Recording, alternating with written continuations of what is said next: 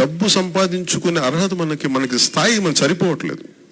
అంటే ఉద్యోగాలు చేసే స్థాయి నుంచి ఉద్యోగాలు ఇచ్చే స్థాయికి ఎక్కువ మంది రావాలి మనకి ఎస్సీ వర్గాలు. నేను మనస్ఫూర్తిగా కోరిక దానికి తగ్గట్టుగా కావాల్సింది ఎంటర్‌ప్రెన్యూర్‌షిప్ కావాలి. అంటే మన కులాల్లో మనకి డబ్బు సంపాదించే కావాలి, ఉద్యోగాలు ఇవ్వగలిగే వాళ్ళు కావాలి. అంటే మనకు ఉదాహరణకి మనకి ఎస్సీలోనే కొంతమంది చదువుకొని ఉండి, కేపబిలిటీ ఉండి, కెపాసిటీ ఉండి వాళ్ళకు పరిశ్రమ పెట్టాలంటే వాళ్ళని అర్థం చేసుకొని వాళ్ళు ముందుకు తీసుకెళ్లాల్సిన ప్రభుత్వాలు కానీ లేకపోతే మరి వాళ్ళకి గుర్తింపు ఎలా వస్తాయి? వాళ్ళ కులాలు ఎలా బయటకు వస్తాయి, ఎలా పైకి వెళ్తారు? వాళ్ళల్లో ఇప్పుడు మన ఎవరితో ఒక పెద్ద ఆయన మాట్లాడుతూ ఉంటే అమెరికా నుంచి వచ్చిన ఆయనతోటి ఎవరైనా సరే ఇన్స్పైర్ అయ్యి వాళ్ళు ఇప్పుడు మన ఇంట్లో ఒక పెద్ద ఆయన ఒక బాగా చదువుకున్న వ్యక్తి ఉంటే అలా బాగా చదువుకున్నాడు, నువ్వు కూడా బాగా చదువుకో అంటే వాళ్ళు చదువుతాం. లేదా నాన్న బాగా ఉద్యోగం చేశాడు, నువ్వు కూడా బాగా చదువుకుని ఉద్యోగం చేయి.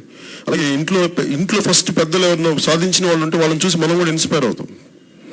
అలాగే మన కులాల్లో కూడా ఇన్స్పైర్ అయిన వాళ్ళు ఉంటే, సాధించిన వాళ్ళు చూస్తే మనం కూడా అట్లా తయారవ్వాలనుకుంటాం. దానివల్ల మన ఎకో సిస్టమ్స్, మన కులాలు అనేది మన భారతదేశ సమాజంలో ఇవి ఎకో సిస్టమ్స్, వీటిని మనం పైకి ఎదుగుతూ ఉంటాం.